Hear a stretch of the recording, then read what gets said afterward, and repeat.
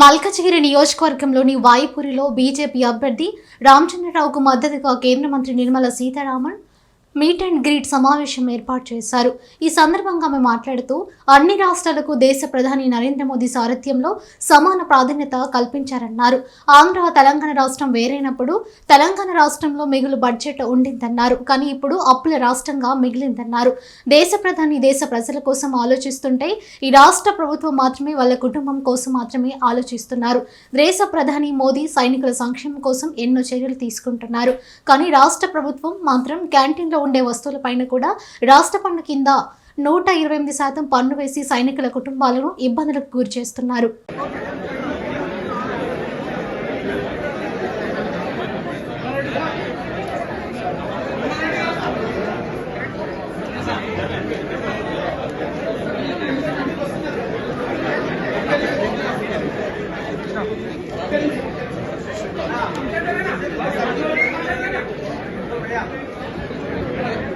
తీసుకోవడానికి వెళ్ళిన state government దాని మీద పన్నులు వేసాయండి.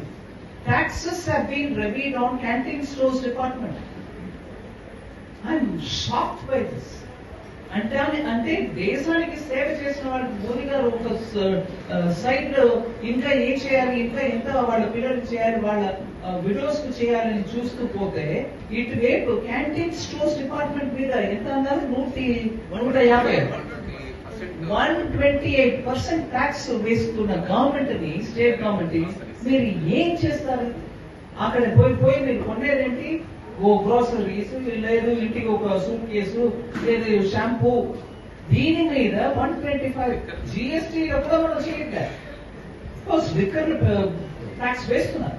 అందుకే లిక్కరు, పెట్రోల్, డీజిల్ జిఎస్టీలో రాకూడదని ఆపేసే కొన్ని స్టేట్ గవర్నమెంట్లే వీళ్ళు కూడా ఉన్నారు.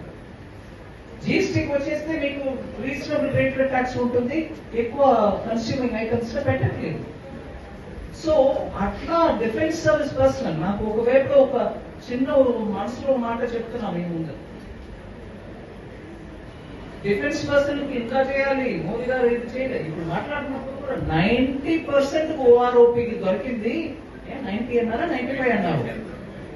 ఇంకా 10% చేయకుండా వదిలేశారు. అది కూడా మీరు చూడండి అని చెప్పేవాళ్ళు నడుచుకొని వెళ్ళి టిఆర్ఎస్ ఆఫీస్ లో, సెక్రటేరియట్ లో చెప్పారు 125% ట్యాక్స్ పెట్టారేంటండి. మేము ఉప్పు, చెప్పు, కారం కొన్నారా వద్దా అని అడుగుతాం.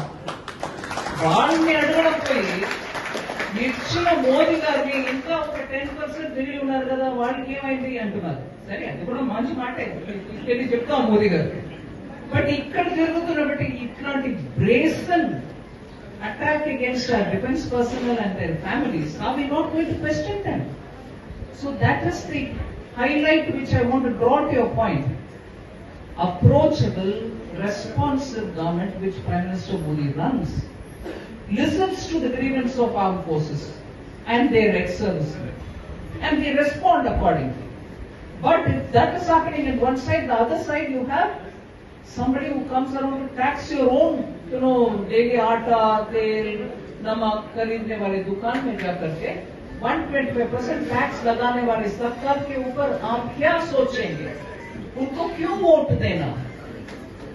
आप मल्काजगिरी कॉन्स्टिट्यूएंसी में एक संदेश दो, ऐसे देश के लिए जान देने वाले सोल्जर्स के परिवार के खिलाफ ऐसे टैक्स लगाने वाले को आपका वोट नहीं मिलना चाहिए, नहीं मिलना चाहिए।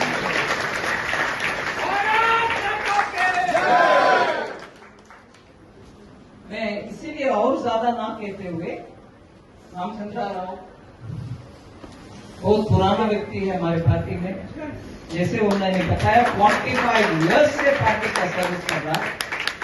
कई बार टिकट मिलता है, कई बार नहीं मिलता है, मिलने पर कोई बार जीतते हैं, कई बार नहीं जीतते हैं, फिर भी वो पार्टी को छोड़ा नहीं है।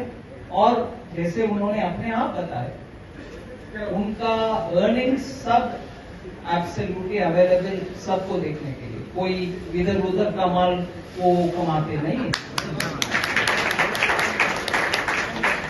डिफेंस पर्सनल जिनको ये ट्रांसपेरेंसी पसंद आना चाहिए, आप इसको गौर से देखिए, रिकग्नाइज करिए। और ऐसे एक व्यक्ति जो राजनीति में थोड़ा प्रिंसिपल राजनीति चलाने के लिए उस रास्ते में चलाने के लिए कोशिश कर रहे हैं, उनके समर्थन में आप आना चाहिए। मैं हाथ जोड़कर आप सबसे रिक्वेस्ट करती हूँ, कमल के निशान पर वोट दीजिए। और कमल के निशान पर वोट दीजिए अने समय मैं तक మా బీజేపీ వాళ్ళ వేరే ఎవరైనా మరి వేసిన వాడు పంపించేసారా ఈ 125% ట్యాక్స్ వేసిన వాళ్ళు ఇక్కడ పంపించేసారేమో భయపడి. So let me conclude by saying, please on the polling day ensure that you will go early morning, cast your vote, don't leave it in the afternoon, you never know who's going to misuse it. So नाश्ता बाद में vote देना. सो बात करके आपको कमल के निशान पर देना. और रामचंद्र राव अगर आपके रिप्रेजेंटेटिव रहेंगे असेंबली में, इस इलाके के विषय थोड़ा उधर लेकर जाएंगे, उसके ऊपर बात करेंगे, आपके सेवा करेंगे.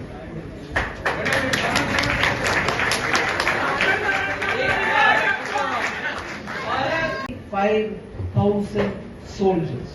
So वो ऑनररी नायब सुबेदार का रैंक देने के कारण 75,000 soldiers को उससे लाभ मिला है. Government also decided to do away with the condition of minimum requirement of 7 years of continuous service for the grant of enhanced rate of ordinary family pension for armed forces personnel who died or were invalidated out even with less than 7 years of qualified service. So less than 7 years का भी वो benefit अभी पहुंचाया जा रहा है. Then in the case of defense forces personnel who died within 10 years before the first day of October 2019 without completing continuous 7 years of service, their family shall also be eligible for family pension at enhanced rates with effect from 1/10/2019. मतलब defence forces का personal 7 साल पूरे होने से पहले ही अगर वो शहीद हो जाते हैं, उनके लिए उनका फैमिली एलिजिबल फैमिली पेंशन को बढ़ाया गया 2019 अक्टूबर पहले तारीख से इफेक्टिव. फिर dedicated pension grievance cell has been established, which has been there from before, to look at the grievances of ESMs and pensioners, which has resulted in a better grievance redressal system. As a result, the overall percentage of disposal of grievance is 97%. Arm forces के लोगों का grievance को तुरंत और जल्दी निपटाने वाले काम करने के लिए वो स्पेशल सेल आजकल काम कर रही है. उसके वजह से 97% डिस्पोजल हो गया है ग्रीवेंस का. The reduction of average disposal time from 87 days, which was the case in 2014, to 21 to 27 days in 2020-2021. वो ग्रीवेंस का भी एवरेज समय कम हो गया है. Approved substantial increases in financial aid across various schemes. जवानों का और उनका परिवारों का उपयोग में आने वाले बहुत सारे स्कीम्स हैं, उसका अमाउंट का एनहांस कर गए हैं recently. Vocational training grant is one such a one. The financial assistance under the vocational training grant, which is a scheme for widows, शहीदों का विडोज के लिए जो स्कीम है वोकेशनल ट्रेनिंग ग्रांट, उसका बढ़ाया गया है. और पहले 20,000 रुपया था, अभी 50,000 रुपया दे रहे हैं विडोज के लिए उनके vocational training. Medical grant, non pensioner ex serviceman and their widows will now receive an increased medical grant, and the amount being raised from 30,000 rupees to 50,000 rupees. मतलब जिनको पेंशन नहीं मिलता फिर भी सेना निवृत्त है, उनको मेडिकल ग्रांट्स दिया जाता है, उनके विडोज के लिए दिया जाता है। वो अब तक 30,000 था, अभी उसको बढ़ा करके 50,000 हर महिला के लिए हम दे रहे हैं। फिर सीरियस डिसीज के लिए भी ग्रांट दिया जाता है, वो 1,25,000 रुपया था पहले, अभी 1,50,000 रुपया तक दिया जाता है। So, other than this, several MOUs have been signed so that ex-servicemen can get into private service. For example, MOUs with Kotak Mahindra, MOUs with IBM, MOUs with L&T have all been signed, जिससे ex-servicemen बाहर सेना निवृत्त होने के बाद आकर private jobs ले पाएंगे। So I just want to draw before you some of the specific schemes which have been taken up by Prime Minister Modi, keeping the welfare of the ex-servicemen. Now it's a question of talking about this election. Telangana का election अभी जो होने वाले उसके विषय में आ रही हूँ। I think it is a crucial election. ये बहुत महत्वपूर्ण इलेक्शन है। इसमें सिर्फ एक कारण मैं आपके सामने रखना चाहती हूँ। 2014 में जब विभाजन हुआ, Telangana was a revenue rich state. It had enough money. It had enough resources from which not bulletproof jackets. They did not have any safety equipment.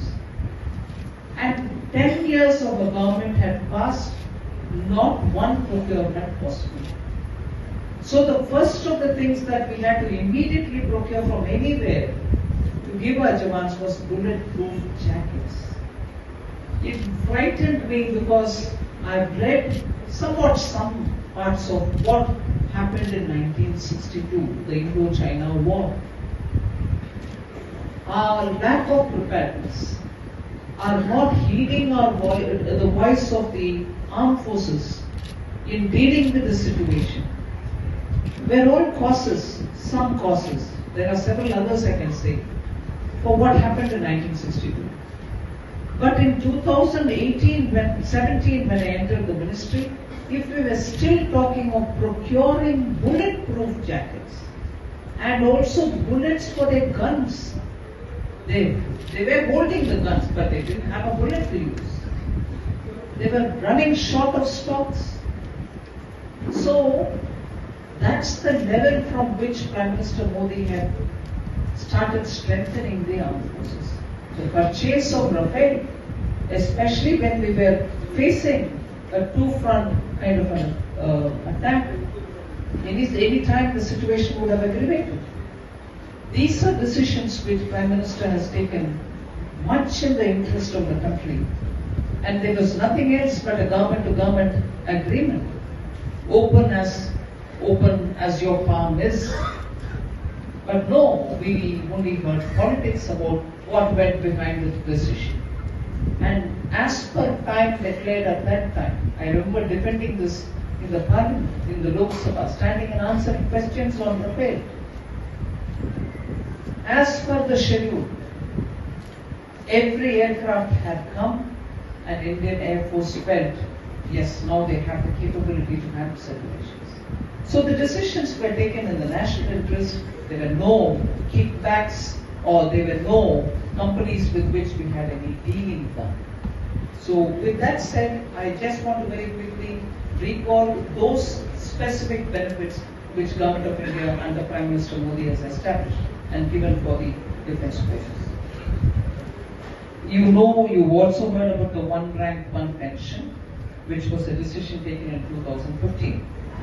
Accordingly, 20.6 lakh ex-servicemen, 20.60 lakh ex-servicemen out of 25 lakh defense pensioners. With all the investments, इतना अच्छा शहर बनाया गया और केंद्र सरकार के investment policies के तहत you get a lot of FDIs coming into Hyderabad. Investments by multinational corporations are happening because the ecosystem has already been built. And at the time of division, Hyderabad was at the doorstep of receiving good investments, which is happening now. So one, you have revenue deficit, money is in your hand. You have a well-built city which is giving you all the investment and the companies coming and settling here. Above all, the youth of Telangana, girls and boys, are very hardworking and they've acquired a lot of skills. As a result, you are able to service these companies as well. Give them jobs, give them the kind of exposure which gives the advantage. So, ESA ఇవన్నీ కలిపి ఒక చక్కటి వాతావరణం ఆ వాతావరణంలో 2014లో మీకు ఇంత మంచి సదుపాయాలతోటి ఉన్నట్టు ఒక రాజ్యం మీ చేతిలో వచ్చినాక దాన్ని ముందుకు తీసుకెళ్ళాలా, ఇంత అడ్వాంటేజ్ ఉన్నటువంటి స్టేట్ ని మంచిగా ఇన్వెస్ట్మెంట్ ని సదుపయోగం చేసుకుని రాష్ట్రానికి మంచి చేసి దేశానికి మంచి చేయడం పోయి తన సొంత కుటుంబాని కోసం, తన సొంత పార్టీ కోసం జనానికి రావాల్సిన డబ్బుని కూడా అటు వేరెక్కడో తిప్పేసి డెవలప్మెంట్ ని కంప్లీట్ గా మర్చిపోయి వచ్చే ఇన్వెస్ట్మెంట్ ఎలాగైనా వస్తున్నాయి, అది నేనే చేశాను అన్నట్టు గొప్ప మాటలు చూపించుకుని రెవెన్యూ సర్ప్లస్ గా ఉన్నటువంటి స్టేట్ ని రెవెన్యూ డెఫిసిట్ స్టేట్ గా మార్చిన ఘనత కేసీఆర్ గారు వచ్చారు. రెవెన్యూ డెఫిసిట్ ఇంత ఒక చేతుల బంగారమైనటువంటి ఒక స్టేట్ ని ఇచ్చినాక దాన్ని ఇట్లా మార్చేసి ఇవాళ తెలంగాణ అప్పులు పాలైంది. నెక్స్ట్ 2 తరాలు 3 తరాలకి మన పిల్లలు అప్పు తీర్చడానికే బరి పెట్టాలి. అందుకే కదా ఇప్పుడు చెప్తున్నారు, మాకు ఆశ్చర్యం వేసింది, మళ్ళీ అడిగాను. I wish you all very good morning. We are now noon. We are entering the afternoon. And media మిత్రులకు అందరికీ కూడా నమస్కరిస్తూ, friends, I would like to first thank you all for coming to this program with a short notice, large numbers, and I welcome you all to this electioneering program wherein Madam Sitaramanji has come here to seek your support for my candidate. Friends, I do not want to speak for much time. I only have 2-3 things I will just address, and then Madam will speak to you, and then we will have a lunch. You all know that I entered politics not for my son or my father-in-law or for any other person in my family. I have entered politics only for the purpose of service.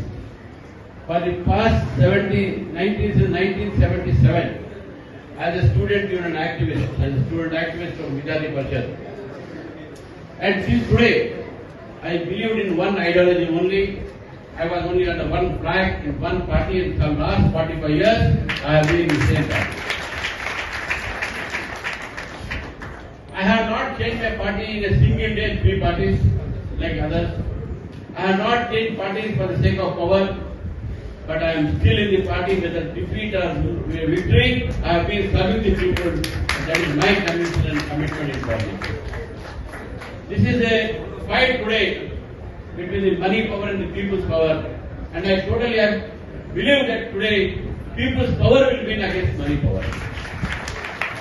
I don't want to name you what you all have understood what I have said actually.